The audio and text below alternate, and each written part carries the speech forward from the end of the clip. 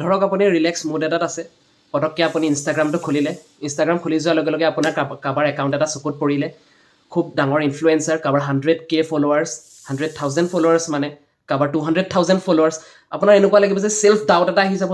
যে ইহঁতি ইমানবিলাক কাম কৰি আছে আৰু ইমানবিলাক ফলোৱাৰ্ছ আছে ইমানবিলাক মানুহে মানে ইহঁতক আমি কিয় পৰা নাই এই কম্পেৰিজন এটা আহি যায় কোনোবাই ক'ৰবাত ফুৰিবলৈ গৈছে ডুবাই গৈছে কোনোবাই কিবা গাড়ী কিনিছে তাৰপিছতো আমাৰ কম্পেৰিজন এটা আহিব যে বা ইহঁতিতো বহুত ছাকচেছ পাইছে লাইফত আমাৰ কিয় হোৱা নাই আৰু এই কম্পেৰিজনটোৱে কেতিয়াবা আমাৰ প্ৰেজেণ্ট মুমেণ্টটো আমাৰ হাতৰ পৰা লৈ যায় ইটছ এ প্ৰেজেণ্ট কিলাৰ তো এই বিষয়ে জৰ্ডান বি পিটাৰছন নামৰ এজন ক্লিনিকেল চাইকলজিষ্টে বৰ ধুনীয়া মন্তব্য এটা দিছে আমি এই ভিডিঅ' ক্লিপটোত সেইটোকে চাই লওঁ এবাৰ The first thing I think you need to understand is that these people that you're comparing yourself to, you don't really know very well, and what that means is that you see their shiny outside, but you don't see the reality of their life. And so what maybe you're in California, see someone speeding down the road in a convertible Porsche, and you think, oh man, what a lucky bastard. The truth of the matter is that he's thinking about wrapping his expensive sports car around the next cement pillar that he comes close to.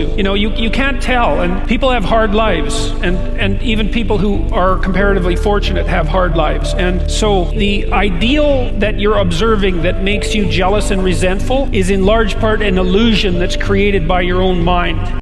এতিয়া Jordan B পিটাৰছনে basically এই ভিডিঅ'টোত ক'লে যে আমি যিবিলাক মানুহ আমি social মিডিয়াত দেখি থাকোঁ সেইবিলাক মানুহকতো আমি পাৰ্চনেলি চিনিয়ে নাপাওঁ সেইবিলাক মানুহে কিমান কষ্ট কৰিছে সেই পজিশ্যনটো পাবলৈ সিমানখিনি ৰেকগনিশ্যন পাবলৈ বা সিমানখিনি টকা ইনকাম কৰিবলৈ বা সেই গাড়ীখন ল'বলৈ তেওঁ কিমান হাৰ্ডশ্বিপ কৰিছে আমি সেই ৰিয়েলিটিটো গমেই নাপাওঁ আমি জাষ্ট তাৰ শ্বাইনি আউটছাইডটো দেখোঁ আৰু আমাৰ এনেকুৱা লাগে যে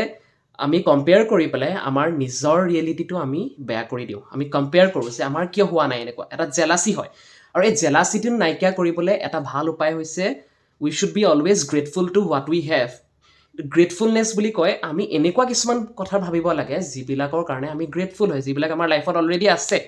এনেকুৱাবিলাক ভাবিব নালাগে যিবিলাক আমাৰ নাই যিবিলাক আনএচিভেবল হয় বা সেইবিলাক এচিভ কৰিব পাৰোঁ কিন্তু সেইবিলাক বহুত দূৰৈত আছে তো এনেকুৱা কিছুমান মানুহৰ লগত আমি লাইফটো কম্পেয়াৰ কৰি নিজৰ প্ৰেজেণ্ট ৰিয়েলিটিটো ডেমেজ কৰিব নালাগে যাতে আমাৰ প্ৰেজেণ্ট মুমেণ্টটো বৰবাদ হৈ যায়